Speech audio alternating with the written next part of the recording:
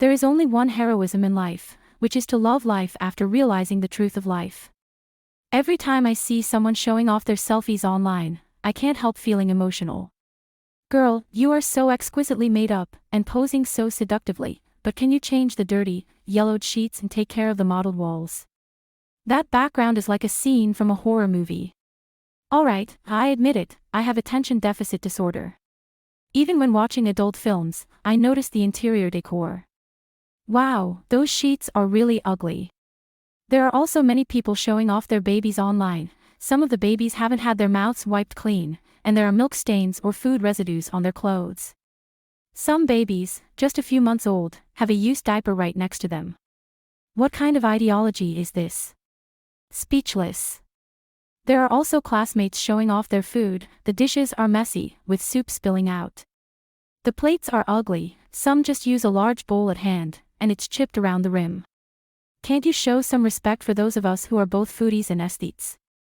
I'm not saying the tableware has to be expensive, but since we are showing it off, it should be clean and tidy, with a basic sense of beauty. I really want to talk to those who love to show off their selfies, babies, and food. What you are showing off is not just your face, your genes, or your cooking skills, but also your way of life. Why be so casual and perfunctory? You clearly deserve a better life. As we all know, last year, my company went bankrupt. Then we kept a small team of 9 people, moved to New York, and rented a house. We all squeezed in together, using the bedroom for living and the living room for work. We were really short of money, so the plates we bought were only $2 each, in linen color, quite Japanese style. It feels like a scene from a fresh and elegant movie. We gritted our teeth and bought a few of the most expensive bowls, $8 each, in Tiffany blue. Eating with these beautiful bowls, even when eating instant noodles, made us feel very happy. At that time, a friend in New York happened to be moving, and he gave me his well-made wooden bookcase and wardrobe. I was thrilled. In order to match these elegant furnishings, I impulsively spent a few $100s on nice throw pillows, table lamps, and bed linens. My friends all said I was really generous. We were bankrupt, eating this month had to rely on credit cards, and we still had the energy to decorate the rented house. At this point, I have to quote a resonating saying from the internet: the house is rented, but life is not. Actually, being perfunctory is very easy. But the more difficult things are for me, the more actively I organize my life. Because if I don't take myself seriously, how can I expect others to take me seriously? I want to live a decent and dignified life. Find beauty in trivial matters, and romance in the mundane. I don't know what life will bring me, success or failure, surprises or scares, but I know how to treat life.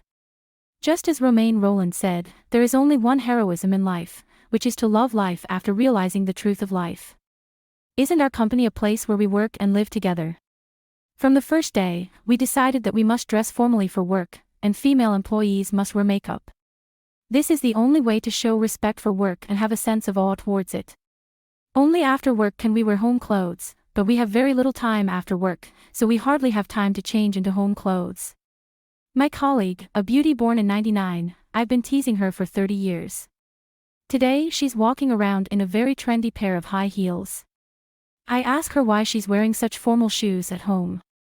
She answers, because I want to show off. Damn, I couldn't argue with that. But I have to say, I agree that sometimes we need to show off appropriately in life. Showing off is a serious attitude, a desire to transcend the mundane, a reverence for life. I used to often make fun of my mom, saying she was pretentious and theatrical. But that's also the most lovable thing about her. When she takes out the trash, she even puts on makeup seriously. She loves flowers. She goes to the flower market every week to buy flowers, $20 for a big bunch, carefully arranging the colors, and watering the flowers every day. She said a bouquet of flowers can bring her a good mood for a week. She's definitely got a case of princess disease, decorating her bedroom in a very girly and dreamy style. I truly admire my mom's seriousness. As Kigo Higashino said in The Miracles of the Namiya General Store, if you don't want to live life positively and seriously, it's no use no matter what kind of answer you get. I like to have an uncompromising attitude towards life. When I was a child, there was an old lady living next door to us. I heard from my mom that her husband was a high-ranking official who passed away 30 years ago. The old lady lived on her pension, and her life was not affluent, but she dressed very elegantly every day.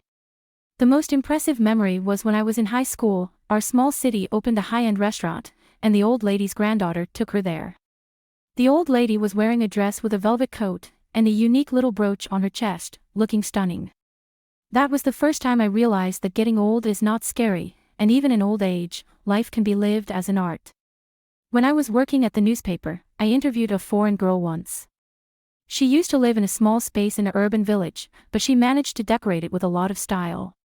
She was a big fan of Two Broke Girls, and she got a second-hand neon light and learned welding to make a decorative arrow like the one in Two Broke Girls that can light up.